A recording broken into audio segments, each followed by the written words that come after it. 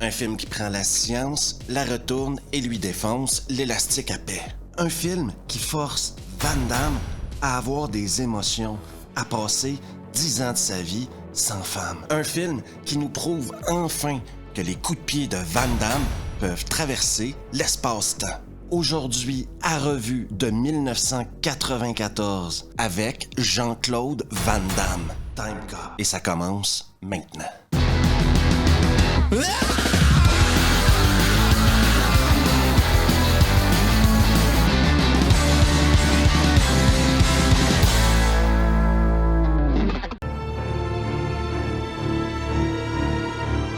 Le film commence en 1863.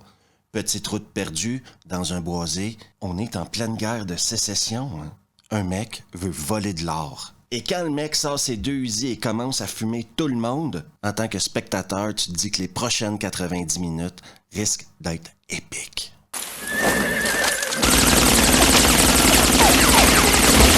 On se retrouve maintenant à la Maison-Blanche en 1994, où un mec va venir expliquer à un comité sénatorial que le voyage dans le temps existe. Oui, le voyage dans le temps.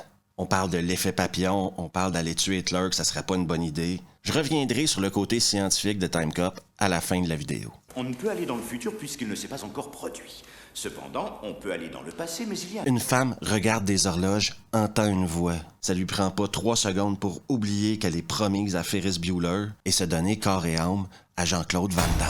Ça ira.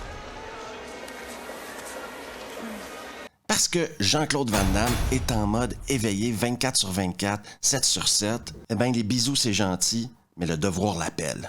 Lisa. Le soir venu, après avoir rassasié sa femme d'amour et de tendresse, il se fait appeler pour aller au boulot. Sauf que quand il va sortir de sa piaule, embuscade. Surprise! Sous la pluie, amoché, il va regarder sa piaule exploser et par conséquent sa femme mourir. Un JCVD qui nous offre une performance égale sinon supérieure à celle de Cyborg.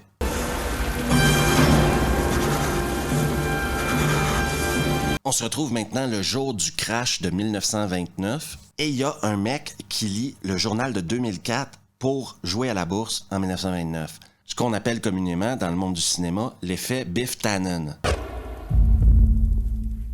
Walker? Les affaires marchent, Lyle? Ce mec se trouve à être l'ancien partenaire de Van Damme, et même si le temps a passé et que son mulet a commencé à pousser, Jean-Claude domine.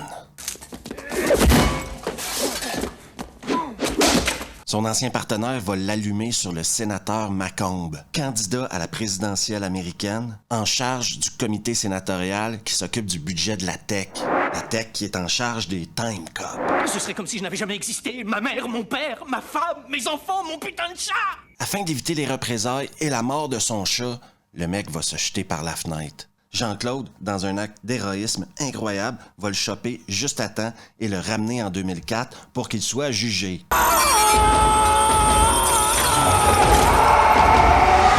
Le mec sera sur le champ jugé et reconnu coupable de crimes contre le temps. On le renvoie en 1929 où il va finir sa chute sur une bagnole. Mais au moins, il a sauvé son chat.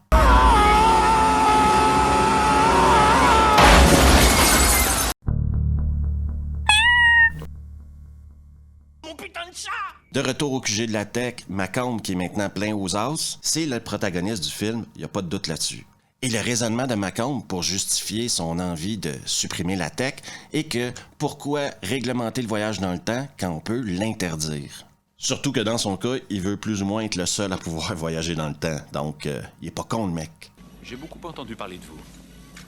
Mais moi aussi, sénateur. Le lendemain matin, JCVD a le droit à un réveil brutal. À titre de référence, tu peux jamais juste envoyer 2 mecs pour tuer Van Damme. C'est pas assez. Ça prend beaucoup plus que 2 mecs pour tuer Van Damme. C'est rare qu'on voit Jean-Claude Van Damme se battre avec des couteaux. En voici un exemple.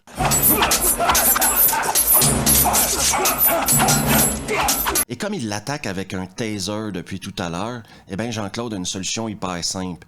Mettre de l'eau au sol et faire le grand écart.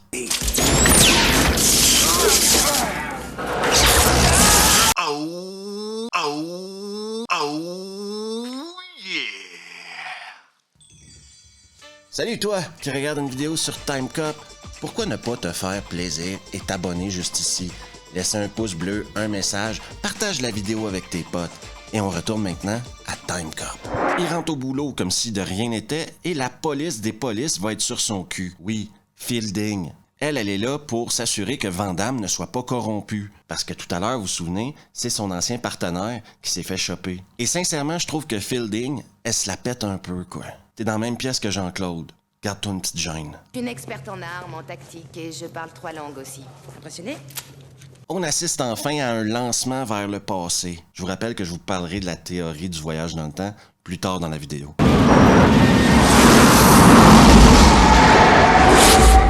Malgré le fait que quand ils sont arrivés en 1994, ils se sont retrouvés dans la flotte, ils vont quand même réussir à se rendre à l'entrepôt où ils doivent se rendre. À l'entrepôt, ils vont entrevoir 2 versions de Mécombe en train de planifier leur futur.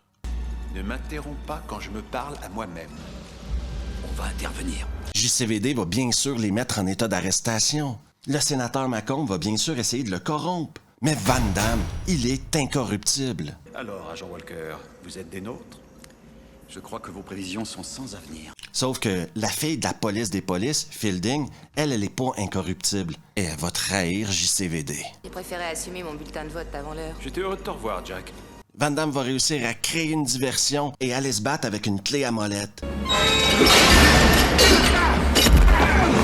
Et je vous le dis tout de suite, il n'y a jamais assez de scènes de chariot élévateur dans un film d'action.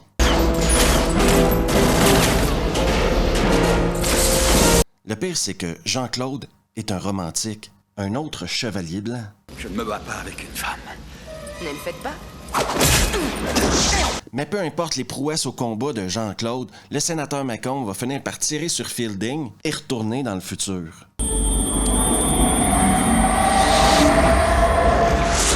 Et quand Jean-Claude revient en 2004, tout a changé. Le sénateur Macomb est sur le point de devenir président, la tech est sur le point de fermer. C'est un assassin.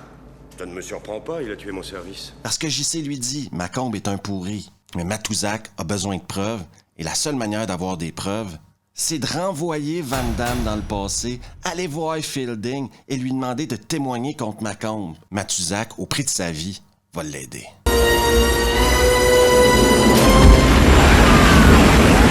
Il va trouver l'hôpital où Fielding est, et juste comme il rentre, sa femme de l'époque sort.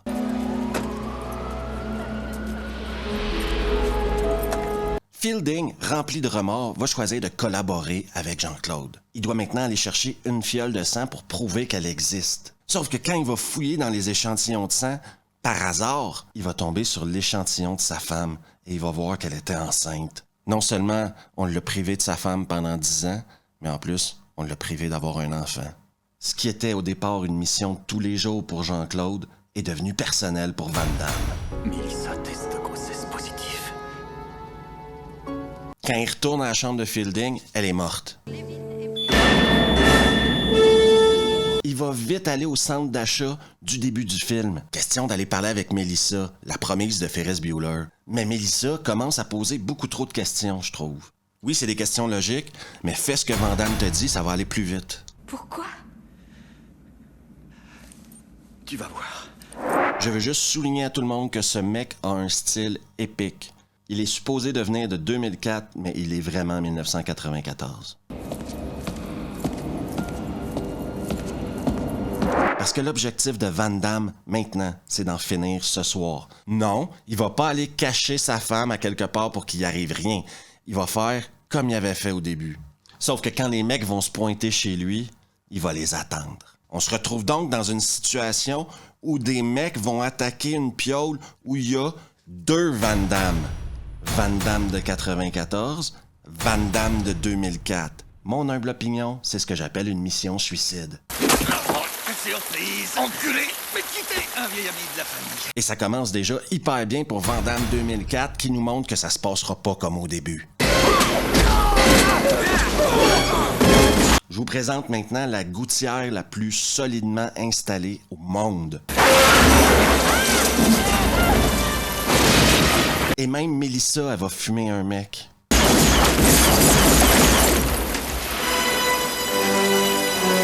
JCVD de 1994 va encore se faire shooter, mais on sait qu'il y a une veste, donc c'est pas si grave que ça. Salut, flicard! JCVD de 2004, lui, domine. Non, pas là!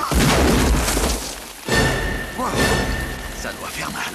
Confrontation entre Macomb et JCVD de 2004, et par chance, JCVD de 1994 va lui sauver les miches. Lâchez-la!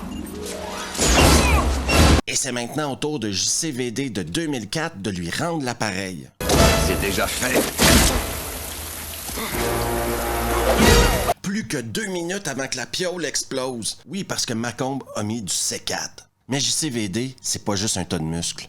C'est un cerveau aussi. Parce que tout le long du film, on nous a donné des indices. Oui, des indices. 2 corps identiques ne peuvent pas se retrouver au même endroit dans l'espace-temps. Le même événement ne peut se produire au même endroit au même moment. Les mêmes personnes ne peuvent occuper le même espace. Et JCVD a fait venir la jeune version de Macomb à sa piole. Qu'est-ce que tu viens faire ici? Comment ça? C'est toi qui m'as laissé un message au standard du Sénat. On a le droit à un effet CGI qui a hyper mal vieilli.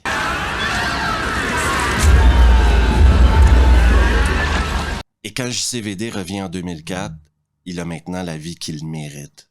Une femme, un gamin, une piole en banlieue. T'as eu une journée difficile? Chargé. Et c'est la fin de Time Cop.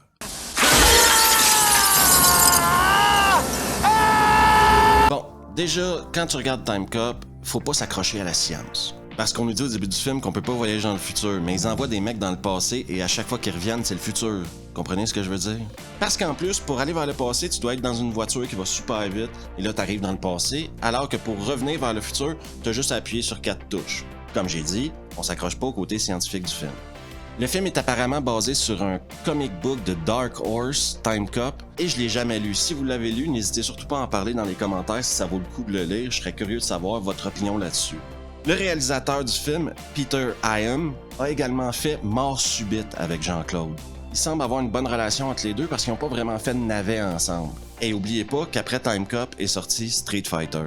Si vous avez vu ma vidéo sur Street Fighter, vous savez exactement ce que j'en pense. Mais Time Cop reste un film qui a eu énormément de succès en ayant plus de 100 millions de recettes aux États-Unis. Pour un film de Van Damme, c'est gigantesque. Et il y a des raisons pour ça. Premièrement, Jean-Claude Van Damme est excellent dans ce film-là. C'est une de ses meilleures performances. Mais il est également très bien accompagné, ce qui manque parfois dans d'autres films.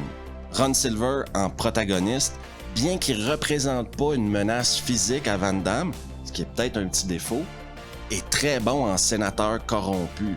Il le joue super bien et il est vachement crédible dans ce rôle-là. D'une certaine manière, c'est presque dommage que Time Cop ait eu autant de succès que ça, parce que ça l'a augmenté les attentes face aux performances de Jean-Claude Van Damme et surtout aux revenus de ses films. Dieu sait ce qui serait arrivé de sa carrière s'il n'aurait pas enchaîné ça avec Street Fighter et des années de cocaïne. Et peu importe les problèmes scientifiques du film, t'écoutes pas Time Cop pour avoir une leçon de physique quantique. T'écoutes Time Cop pour te divertir pendant 1h30. Et c'est exactement ce que ce film l'a fait. Oui, c'est pas l'histoire la plus concise au monde, mais c'est vachement divertissant. Et encore une fois, la performance de Jean-Claude Van Damme dans ce film-là nous prouve que quand il est bon, il est excellent. N'hésitez surtout pas à le regarder si vous ne l'avez pas vu et à le revoir si ça fait longtemps que vous ne l'avez pas vu. Merci à tout le monde d'avoir pris le temps d'écouter la vidéo. Si vous aimez le contenu, n'hésitez surtout pas à vous abonner. Juste ici à laisser un pouce bleu, un message, tout le tralala qui aide l'algo YouTube. Et on se revoit la prochaine fois.